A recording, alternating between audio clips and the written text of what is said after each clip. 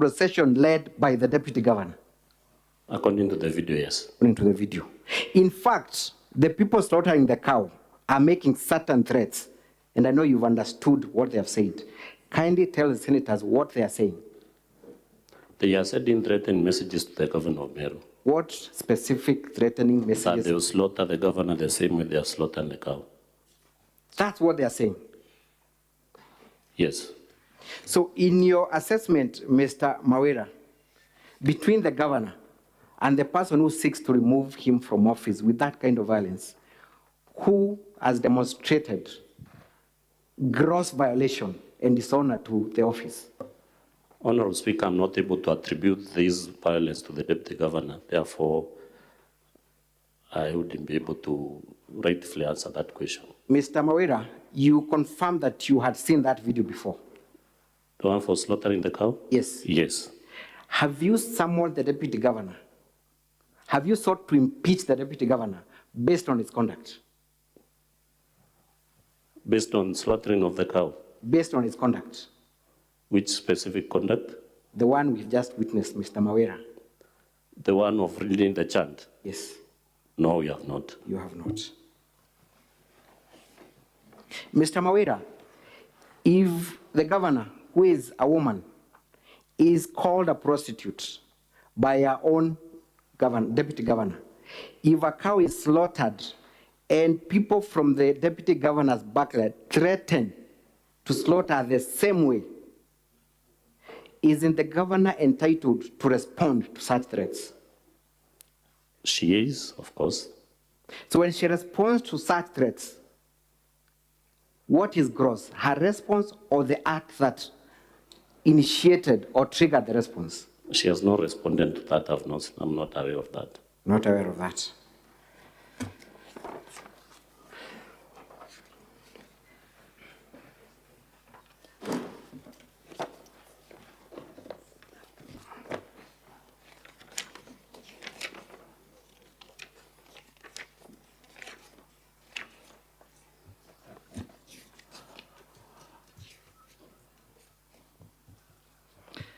Mr. Mawira, you have also brought evidence to show that the deputy governor has been vilified and demeaned by what you're calling arbitrary relocation of the deputy governor's office.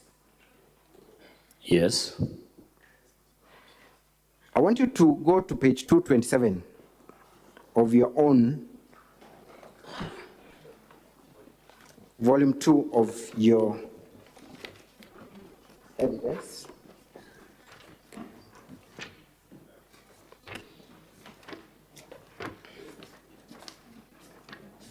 Page 227, 228, and 229. Let's begin with page 227. This letter, Mr. Mawira, it is a letter communicating the organization of the office of the governor, all CECMs, and all chief officers. You confirm that is the position? Yes. They confirm, rather the letter confirms, that a decision has been made. And the letter is clear that in order to ensure that the departments align their roles and responsibility with the priorities and objectives set out in the governor's manifesto, there has been a reorganization of certain offices. You confirm that is a... That is true.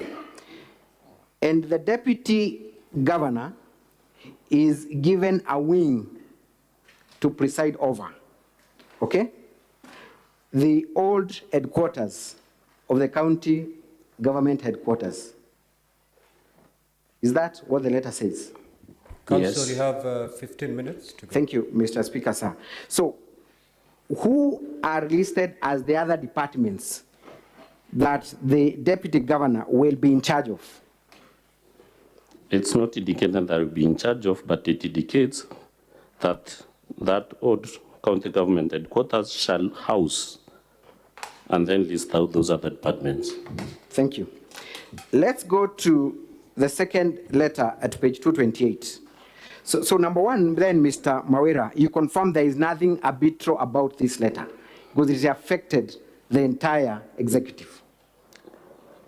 It is arbitrary in the common sense that the deputy governor cannot just be moved from his office to the whole government buildings by the chief of staff, who is a junior officer to the deputy governor. Let us go to the document at page 228. It is a complaint, actually not a complaint, it's a letter, a memo, by the deputy governor to the county secretary. Okay? Yes. The deputy governor states at paragraph 2, my office was moved to the county government headquarters, annexed formerly Meru municipality offices. The offices that the deputy governor has been moved into is not sufficient to execute my constitutional duties. For efficiency in service delivery to the people of Meru, I request for additional offices for the following purposes. Then he lists them. Has there been any response to that letter, Mr. Mawira? At page 229. Yes, there's a response. What does the letter say? For the sake of time, let me read. Kindly note that we have an acute shortage of offices. However, as you may be aware, your office is the largest in terms of floor area and can be modified to create more space to facilitate you in execution of your constitutional mandate. Kindly, Your Excellency, if it pleases you, our Directorate of Office Accommodation will be available to make the adjustments as you require. Mr. Mawira, you confirm that the office that the deputy governor was given was indeed the offices where Governor Kiraito sat for the better part of his term. From the letters, I can confirm, but I'm aware that that is the office that it was relocated to. You also confirm that it is the office where Governor Munya sat throughout. Yes. That office was good enough for a governor and not good enough for a deputy governor. Is that what you're telling the Senate? It was then, and that's why there were new offices brought up to accommodate the governor and the deputy governor, who then was Kreito Moronga, the deputy Titus Tocho, moved to the new building. Mr. Mawira, is there anything impeachable with the deputy governor being given a different office where he's in charge of departments? Is there anything impeachable? The allegation was in support of the count on vilification, demeaning, and incitement. So it hands to the weight of the evidence. And this was the evidence used to impeach the governor. Am I right? That Yes. that a deputy governor was given an because office. it was used to substantiate vilification, demeaning, and incitement. Let's go to the ground on contempt of assembly. Mr. Mawira, you confirm that the governor was first invited to appear before the House Committee. Yes, she was. Which date was that?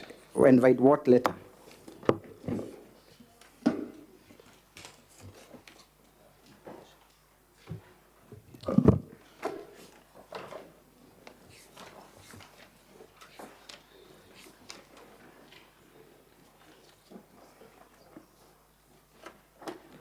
Go to page 408 of our response, the governor's exhibit of documents. Page 408.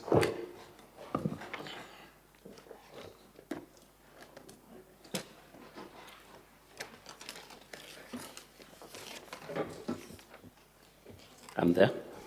That letter is the one dated 6th of October, 2023, correct? Yes. The letter says it's an invitation to appear before the Secretarial Committee on Justice, right? Yes. The governor gave an explanation as to why she could not honor the invitation. Are you aware of that letter? Yes, it is on page.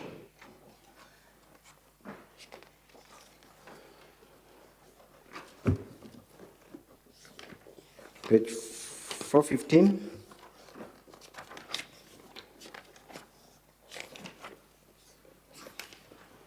Yeah, addressed to the Speaker of the County Assembly of Meru. Sorry, that's not the one.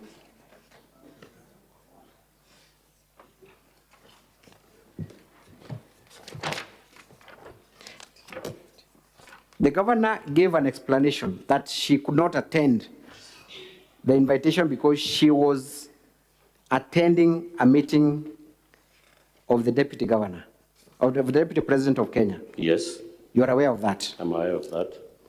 And she asked that the appearance at the county assembly be rescheduled. Yes, that was a request. Was that request honored? To Yes, the best that of your was- knowledge? There was a rescheduling of the dates of the governor to appear in the assembly. Kindly show me where the rescheduling appears. Are you talking about the document appearing at page 413 Of your documents. of our document?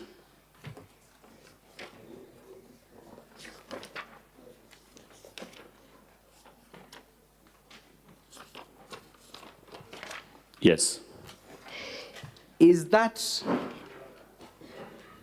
a second invitation to your best knowledge and understanding? that was a summon. That was a summon. Yes, So the governor's request for rescheduling of the appearance through an invitation was not even responded to it was responded through our summons now. through the summons. So the governor tells you that she is attending another meeting in Nairobi for the deputy president, and she's asking for rescheduling, and what happens next is that she's summoned. Yes, that is what happened. Mr. Mawera, do you appreciate the difference between an invitation and summons? Summons are issued when we fail to honor invitation. When you fail to honor invitation, Yes. did the governor fail to honor the invitation?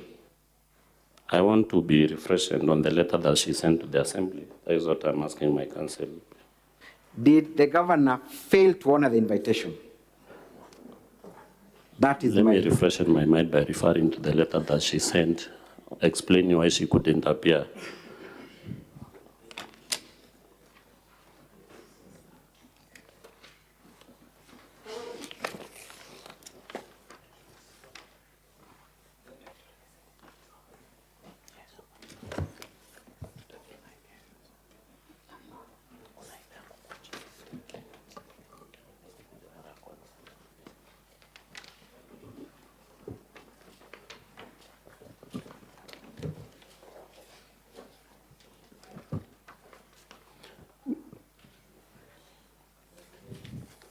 Maybe we can proceed as we source for that letter.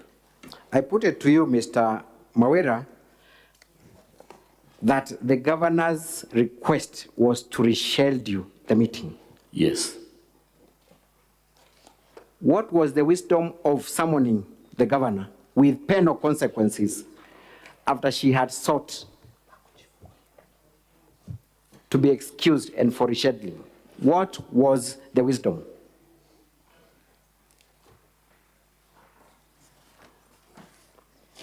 Mr. Mawera. I'm trying to get the letter that the governor requested for rescheduling of the meeting.